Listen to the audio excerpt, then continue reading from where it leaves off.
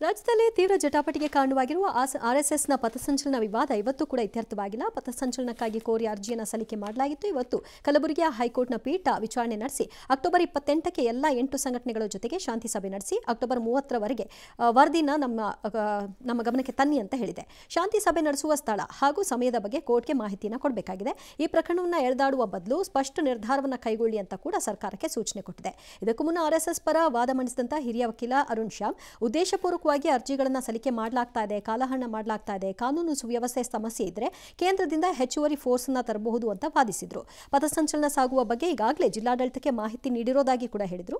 ಇನ್ನು ಜಿಲ್ಲಾಡಳಿತದ ಪರ ವಾದವನ್ನು ಮಾಡಿದಂತಹ ಎಜಿ ಶಶಿಕಿರಣ್ ಶೆಟ್ಟಿ ಪಥಸಂಚಲನಕ್ಕೆ ಕೊಟ್ಟರೆ ಕಾನೂನು ಸುವ್ಯವಸ್ಥೆ ಸಮಸ್ಯೆ ಆಗತ್ತೆ, ಇನ್ನಷ್ಟು ಕಾಲಾವಕಾಶ ಕೊಡಿ ಅಂತ ಕೇಳಿದ್ರು. ಆದರೆ ಇಲ್ಲ, 30ಕ್ಕೆ ಅರ್ಜಿ ಹಾಕಿ ಅಂತ ಹೇಳಿದೆ ಕೋರ್ಟ್. ತಾರೀಕಿಗೆ ನಿಶ್ಚಯ ಮಾಡಿದ್ದೀವಿ. 8ನೇ ತಾರೀಕು ಸಂಜೆವರೆಗೂ ಅನುಮತಿ ನಿರಾಕರಿಸೋದು ಕಾರಣ ಹೈಕೋರ್ಟಿಗೆ ಅರ್ಜಿ ಸಲ್ಲಿಸಿದ್ದೀವಿ. 2ನೇ ನವೆಂಬರ್ಗೆ ನಮಗೆ ಅನುಕೂಲ ಆಗ್ತದೆ. ಹೀಗಾಗಿ ಜಿಲ್ಲಾ ಆಡಳಿತ ಮತ್ತು ಸರ್ಕಾರ 28ನೇ ತಾರೀಕಿಗೆ ಅನಗತ್ಯವಾಗಿ ಸಂಘ ಪರಿವಾರನ ಎಳ್ಕೊಂಬಂದು ಅವ್ರನ್ನ ಯಾವ್ದೋ ವಿರೋಧಿಗಳನ್ನೋ ರೀತಿಯಲ್ಲಿ ಚಿತ್ರಿಸಿ ಭೀಮ್ ಆರ್ಮಿಯನ್ನ ನೀವು ಮಾಡಿ, ಆ ಮಾಡುವ ಅರ್ಹತೆ ನಿಮಗಾಗಲಿ ನಿಮ್ಮ ಕಾಂಗ್ರೆಸ್ ಪಕ್ಷಕ್ಕಾಗಲಿ ಇದೆಯಾ ಅಂತ ಹೇಳಿ ದಯವಿಟ್ಟು ಆತ್ಮಾವಲೋಕನವನ್ನು ಮಾಡಿ. ಅಂಬೇಡ್ಕರ್ ಅವ್ರನ್ನ 15,000 ಮಾರ್ಜಿನಲ್ ಸೋಲ್ಸಿದ್ದಾರು. ಭೀಮ್ ಸೇನೆಯನ್ನ ಮಾಡ್ಲಿಕ್ಕೆ, ಆರ್ಮಿಯನ್ನ ಮಾಡ್ಲಿಕ್ಕೆ ಬಿ.ಕೆ. ಹರಿಪ್ರಸಾದ್ ಅಂತವ್ರಿಗೆ ರಾಷ್ಟ್ರೀಯತೆ ವಿಚಾರ ವ್ಯಕ್ತಿತ್ವ ನಿರ್ಮಾಣ ಮಾಡುವಂತ ಒಂದು ಸಂಸ್ಥೆಗೆ ನಿಮ್ಮಂತವರಿಂದ ಏನು ಸರ್ಟಿಫಿಕೇಟ್ ಬೇಕಾಗಿಲ್ಲ. ಸ್ವತಂತ್ರ ಭಾರತ ಜೀನಿ ಸ್ಲಿಮ್ ರೆಫರ್ ಮಾಡ್ಬೇಕಾದ್ರೆ ಕಾರಣ ಏನಂದ್ರೆ ವೇಟ್ ಲಾಸ್ ಸಲುವಾಗಿ ನನ್ ಬಾಳ ಜನ ಕೇಳಿದ್ರು. ಫಸ್ಟ್ ನಾನ್ ತಗೊಂಡು ನನಗೆ ರಿಸಲ್ಟ್ ಬಂದ್ಮೇಲೆ ಆಮೇಲೆ ನಾನು ಜೀನಿ ಸ್ಲಿಮ್ ಇನ್ನೊಬ್ಬರಿಗೆ ಪ್ರಿಪೇರ್ ಮಾಡಿದ್. ಸುಸ್ತಾಗೋದು ಕಡಿಮೆ ಆಯ್ತು, ವೀಕ್ನೆಸ್ ಅದು ಏನೂ ಇಲ್ಲ, ಪೂರಾ ಹೆಲ್ದಿ ಅದೇನೆ. ವೇಟ್ ಜಾಸ್ತಿ ಇರೋರಲ್ಲಿ ಏನೇ ಡೌಟ್ ಇಲ್ಲದೆ 100% ಬಳಸಬಹುದು. ಪ್ರತಿದಿನ ನಮ್ಮ ಜೀನಿ ಸ್ಲಿಮ್ ನ ಯೂಸ್ ಮಾಡಿ ಯಾವುದೇ ಸೈಡ್ ಎಫೆಕ್ಟ್ ಇಲ್ದಂಗೆ ನೀವು ಸಣ್ಣ ಆಗ್ತೀರಾ.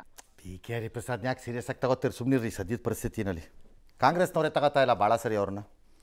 ಮಾತಾಡಿ ಪ್ರಚಾರ ಕೊಡೋದಿಲ್ಲ. Problem means somebody should have asked ಹೈಕೋರ್ಟಲ್ಲಿ, ಚಿತ್ತಾಪುರ ಒಂದು ಈ ಬೋನ್ ಆಫ್ ಕಂಟೆನ್ಷನ್ ಯಾಕಾಯಿತು? ವೈ? ಇಟ್ಸ್ ನಥಿಂಗ್ ಬಟ್ ಆ ಮಿನಿಸ್ಟರ್ನ ಎಕ್ಸೆಸಿವ್ ಇಂಟ್ರೆಸ್ಟ್ ಅಷ್ಟೇ, ಇನ್ನೇನೂ ಇಲ್ಲ ಇದರಲ್ಲಿ. ನಂಬರ್ 2, ರಾಜ್ಯ ಸರ್ಕಾರದಲ್ಲಿ ಎ.ಜಿ ಏನಾದರೂ ಹೈಕೋರ್ಟಲ್ಲಿ ವಾದ ಮಾಡುವಾಗ ಕಾನೂನು ಸುವ್ಯವಸ್ಥೆ ಆಗಿದೆ, then the SP and the DC should resign and get out of that place. They have no business to stay. They are incapable. Throw them out.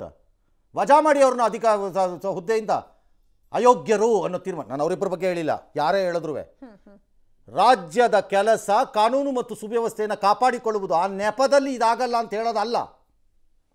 ಇದನ್ನು ಸುಪ್ರೀಂ ಕೋರ್ಟು 100 ಸರಿ ಹೇಳಿದೆ. ಬಂಗಾರಪ್ಪನವ್ರಿಗೊಂದ್ಸರಿ ಕಾವೇರಿ ಇಶ್ಯೂನಲ್ಲಿ ಇದು ಬಂದಾಗ, ಇದೇ ರೀತಿ ಬಂದಾಗ, ಆಗ ಈ ಜೂನಿಯರ್ ಖರ್ಗೆ ಅವ್ರ ಜೊತೆಯಲ್ಲಿ ಸೀನಿಯರ್ ಖರ್ಗೆ ಅವ್ರು ಬಂಗಾರಪ್ಪನವ್ರ ಜೊತೆ ಇದ್ದರು. ಆಗ ಆಯ್ತು, ಅವರೇ ಹೋಮ್ ಮಿನಿಸ್ಟರ್ ಆಗಿದ್ರು ಏನೋ, ಇಲ್ಲ ಗೊತ್ತಿಲ್ಲ, ಇಲ್ಲ ಅನ್ಸುತ್ತೆ, ಇದ್ದರು ಅವರು. ಆಗ ಸುಪ್ರೀಂ ಕೋರ್ಟ್ ಹೇಳ್ತು, ಕಾನೂನು ಸುವ್ಯವಸ್ಥೆ ವಿಚಾರದಲ್ಲಿ ಬಂದು ನನ್ನ ಹತ್ರ ಹೇಳಕ್ಕೆ ಬಂದರೆ ask your chief minister to resign and get out ಅಂತ. ಸೇಮ್ ಇಲ್ಲುವೆ, tell the minister in charge to resign and get out or the SP and DC. You can't give, ಅದನ್ನು ಕೊಡಕ್ಕೆ ಬರಲ್ಲ. ಸೋಷಿಯಲ್ ಮೀಡಿಯಾಲೆಲ್ಲ ಹಾಕಿರೋದ್ರಿಂದ ಹೆಚ್ಚು ಜನ ಸೇರಿಸ್ತಾರೆ, ಆಮೇಲೆ ಸಮಸ್ಯೆ ಆಗುತ್ತೆ. ವಯಲೇಷನ್ ಆದರೆ ಅದರ ಮೇಲೆ ಕೇಸ್ ತಗೊಳ್ಳಿ. ಅವ್ರು ಇಷ್ಟೇ ಜನ ಇಂತಿಷ್ಟೇ ಅವ್ರು ಏನು ಕೊಟ್ಟಿದ್ದಾರೆ ಆ ಪ್ರಕಾರ ಅದು ನಡೀದೆ, ವಯಲೇಷನ್ ಆದರೆ ಕೇಸ್ ತಗೊಳ್ಳಿ. DC and SP should understand, ಈಗಿರೋ ಸರ್ಕಾರಕ್ಕೆ ತಕ್ಕಂತೆ ನಾವು ಕುಣಿತೀವಿ ಅಂದ್ಕೊಂಡಿದ್ರೆ ಅವರುಗಳು, ಮುಂದೆ ನೀವು ಅಧಿಕಾರದಲ್ಲಿ ಇವ್ರು ಇಲ್ಲದೆ ಇದ್ದಾಗ ನೀವು ಬೇರೆಯವ್ರು ಬಂದಾಗಲೂ ಬೇರೆ ಥರ ಕುಣಿಬೇಕಾಗತ್ತಾಗ. Officers should not take this ಸೈಡನ್ನು. ಇಟ್ಸ್ ವೆರಿ ಡೇಂಜರಸ್ ಇದು. ಇಲ್ಲ ಕೊಡಲ್ಲ ಅಂತ ಬರೀರಿ.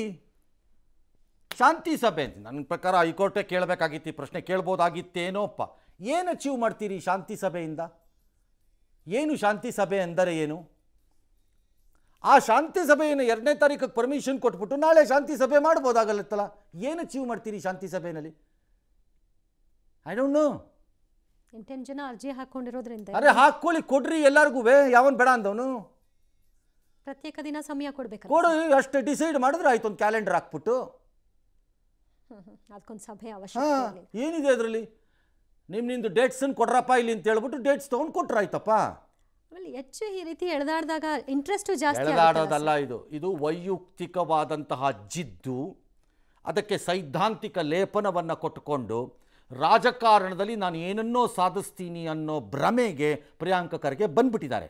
ಅದಕ್ಕೆ ಸೈದ್ಧಾಂತಿಕ ಲೇಪನ ಕೊಡ್ತಾ ಇದ್ದಾರೆ ಅವರು. For that good or bad he will have to answer it. Good ಇರ್ಬೋದು ಬ್ಯಾಡು ಇರ್ಬೋದು ಅಷ್ಟೆ, ಇನ್ನು ಎಂಥದ್ದು ಇಲ್ಲ ಈ ಕೇಸಲ್ಲಿ. ಎಸ್